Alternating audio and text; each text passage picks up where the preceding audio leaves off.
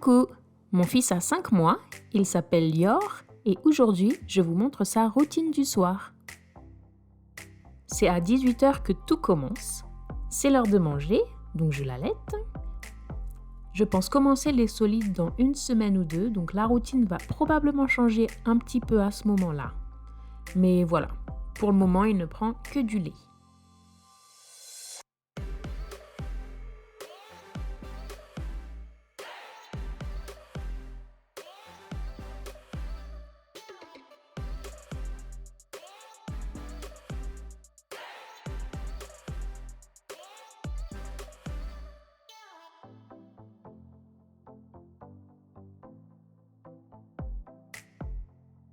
Bon, je ne sais pas s'il a beaucoup bu car il n'arrêtait pas de se décrocher pour parler, mais ça fera l'affaire. Ensuite, je vais le laisser digérer pendant 30 à 45 minutes. D'habitude, on passe ce temps dans la cuisine avec le chien, mais ce soir, Joey, notre chien, est puni. Il est dehors car il a mangé une éponge. Donc bon, ce soir, nous ne sommes que tous les deux dans la cuisine et du coup, il y aura temps pendant que je réchauffe mon dîner.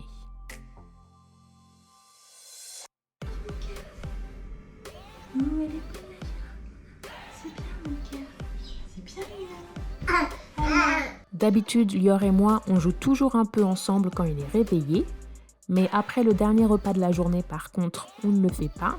Moi, je préfère garder les choses calmes et relax pour se conditionner pour le lit. Donc voilà, j'ai mangé, maintenant je passe à la buanderie pour lui faire couler son bain. Donc je le lave toujours dans l'évier car l'évier est énorme et que notre salle de bain n'a qu'une douche. Donc bon, un enfant de 2 ans rentrerait encore facilement dans cet évier, donc en attendant, moi ça me va et ça ne me casse pas le dos. Je fais tourner l'eau du bain pour m'assurer qu'il n'y a pas de zone chaude et de zone froide et pour contrôler la température. Hop, dans le bain. Alors je le lave tous les jours car ça fait partie de la routine. Mais en fait on fait les cheveux seulement 1 à 2 fois par semaine. Et aussi j'utilise le savon sur ma petite lingette seulement 1 fois sur 2. Moi je trouve qu'il n'a pas besoin d'être lavé au savon tous les jours à son âge car il ne se salit pas vraiment. Il ne bouge pas tant que ça, donc il ne transpire pas et il ne touche que les jouets qu'on lui donne pour l'instant, donc il n'a pas vraiment de saleté sur lui. Et du coup, qui dit moins savon, dit une peau moins sèche. Donc je trouve qu'on est gagnant.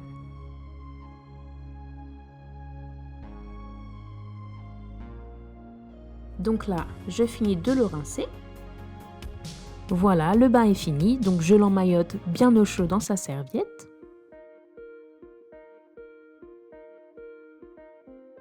Donc je le sèche au plus vite pour lui mettre la couche sans attendre, car il m'a déjà fait la grosse commission dans la serviette. Donc une fois, merci beaucoup, ça m'a suffi.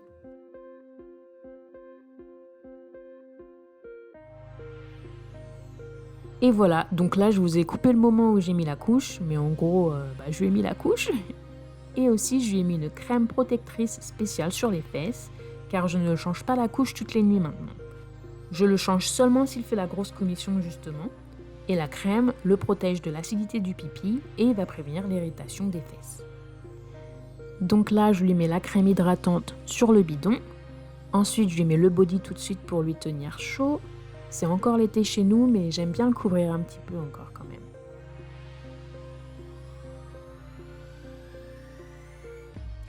Ensuite, je mets la crème sur les bras. Et pareil, je commence à mettre le haut du pyjama pour le recouvrir du coup. Donc là, j'adore cette marque de pyjama. D'ailleurs, c'est ma préférée, mais je crois qu'on la trouve qu'en Australie. Ça s'appelle Bonds, si vous connaissez. Je recommande. Ensuite, je passe aux jambes. Alors, je passe plus de temps sur les jambes et je mets un peu plus de pression pour que ça lui fasse comme un petit massage. À la base, j'avais acheté la crème, non pas pour lui hydrater la peau, mais juste pour lui masser les jambes. Parce que, bon, c'est mon prognostic, d'accord? Mais moi, je pense qu'il avait des douleurs de croissance quand il était plus petit. Il a grandi de 10 cm pendant les 8 premières semaines de sa vie, donc un petit peu plus d'1 cm par semaine. Et du coup, c'est pas neutre tout ça, je me dis. Et aussi, parfois, quand il pleurait beaucoup, je voyais bien que ça le calmait d'être massé, en fait. Donc là, j'ai gardé l'habitude de mettre la crème sur ses jambes. Mais voilà, c'est un petit peu moins un massage et un petit peu plus un rituel hydratant maintenant. Voilà, je finis de lui mettre son beau pyjama avec des motifs de lémurien.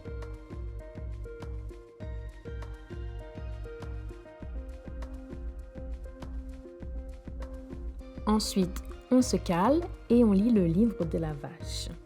Donc, j'ai 1 million de beaux livres avec des superbes images, mais il ne les calcule même pas. Il aime que le livre de la vache. Alors, ça fait des mois que tous les soirs, on lit le même livre.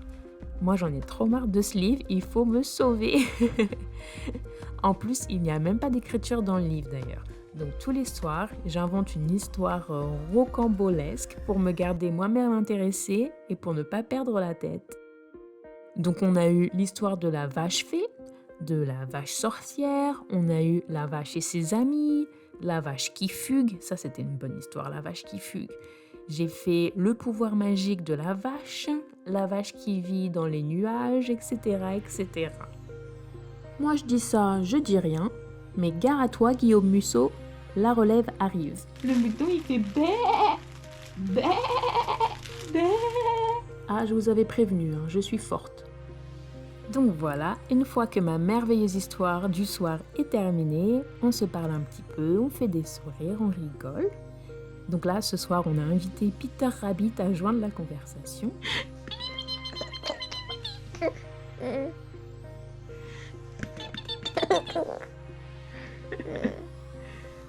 Pili, pili, pili. Pili, pili, pili, pili. Mon amour, pili, pili, pili. Ah mon cœur, on va aller se coucher bientôt. Ah mon amour. Oui. Et là, nous sommes prêts pour le lit.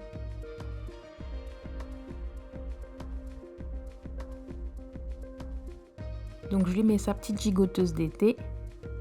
Et pendant que je lui mets, je me rends compte qu'il a le feu ce soir. Je me demande s'il va réussir à s'endormir car soudainement il est surexcité.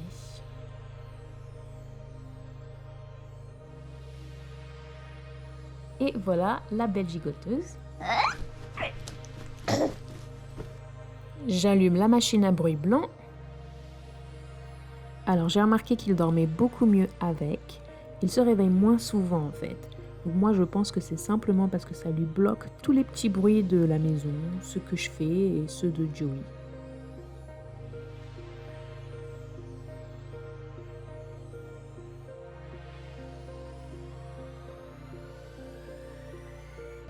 On fait un câlin du soir, je lui souhaite bonne nuit, je lui dis des derniers petits mots d'amour et je le mets au lit.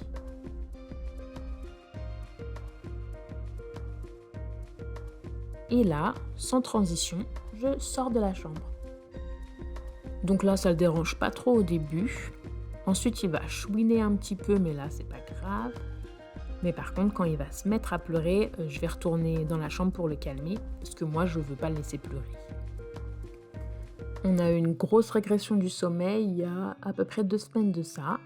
Avant ça, je le mettais au lit éveillé, je sortais de la chambre, et lui, il s'endormait tout seul, sans chouiner, en 5-10 minutes. Mais voilà, ça s'est changé il y a 2 semaines, sans raison.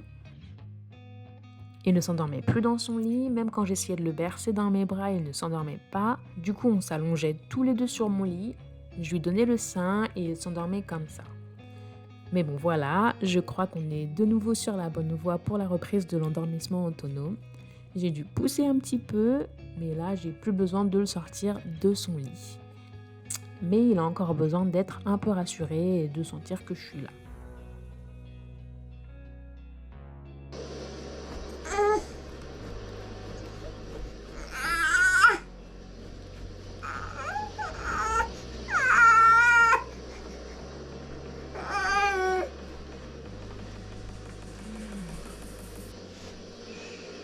Bon mince, Je me rends compte en regardant les images en fait que je suis peut-être rentrée dans la chambre un peu trop tôt. Il avait pas l'air de vraiment pleurer là. Mais c'est pas la même chose quand vous y êtes pour de vrai.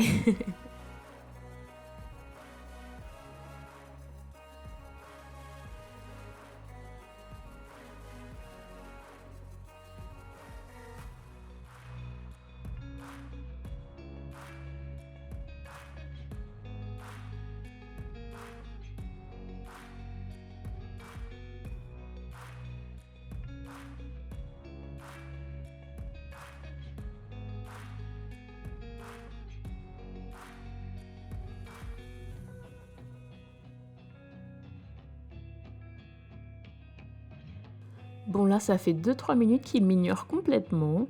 Il commence même à se mettre à jouer. Donc là, il parle à l'étiquette de son lit. Il gratte les côtés de son lit pour faire du bruit.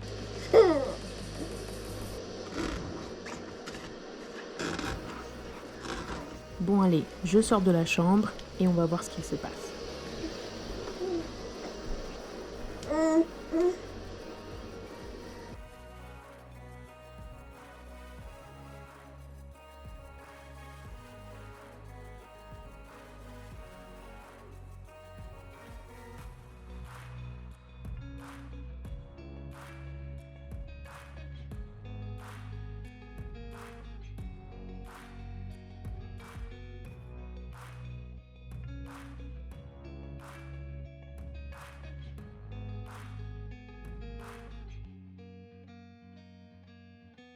Bon, il alterne chouinement et jeu. Et là, enfin, au bout de 4 minutes que j'attends en dehors de la chambre, il pleure pour de vrai cette fois-ci.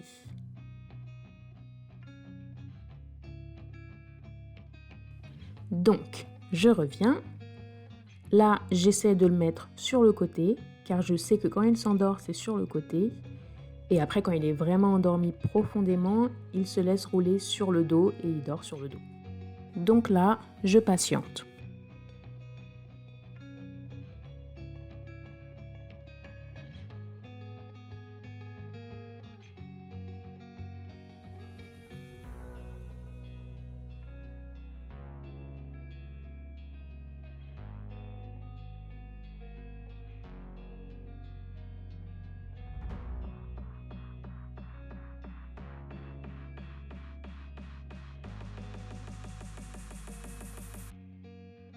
Donc là, il bouge encore beaucoup, mais ses yeux ne s'ouvrent plus du tout.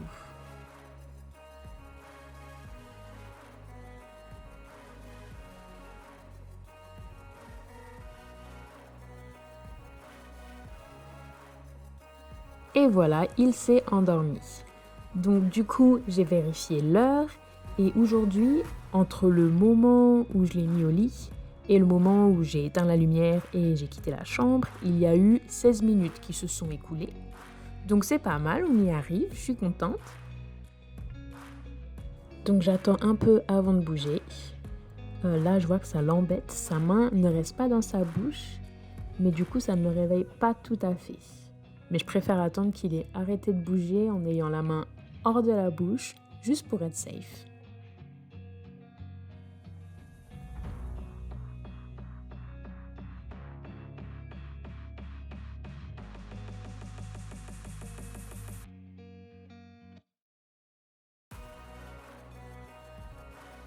Ça y est, il n'y en a plus pour longtemps, je le sens. Donc voilà, je me lève et oula, j'ai cru que je l'avais réveillé. Mais bon, fausse alerte, tout va bien. Ça doit être le stress de tous les parents de faire un tout petit bruit trop tôt, de réveiller bébé et de devoir tout recommencer depuis le début. L'horreur.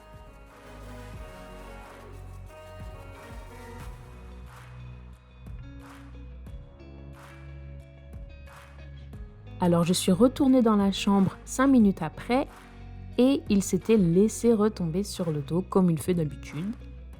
Et voilà, c'était une soirée avec mon bébé. Bonne nuit Lior!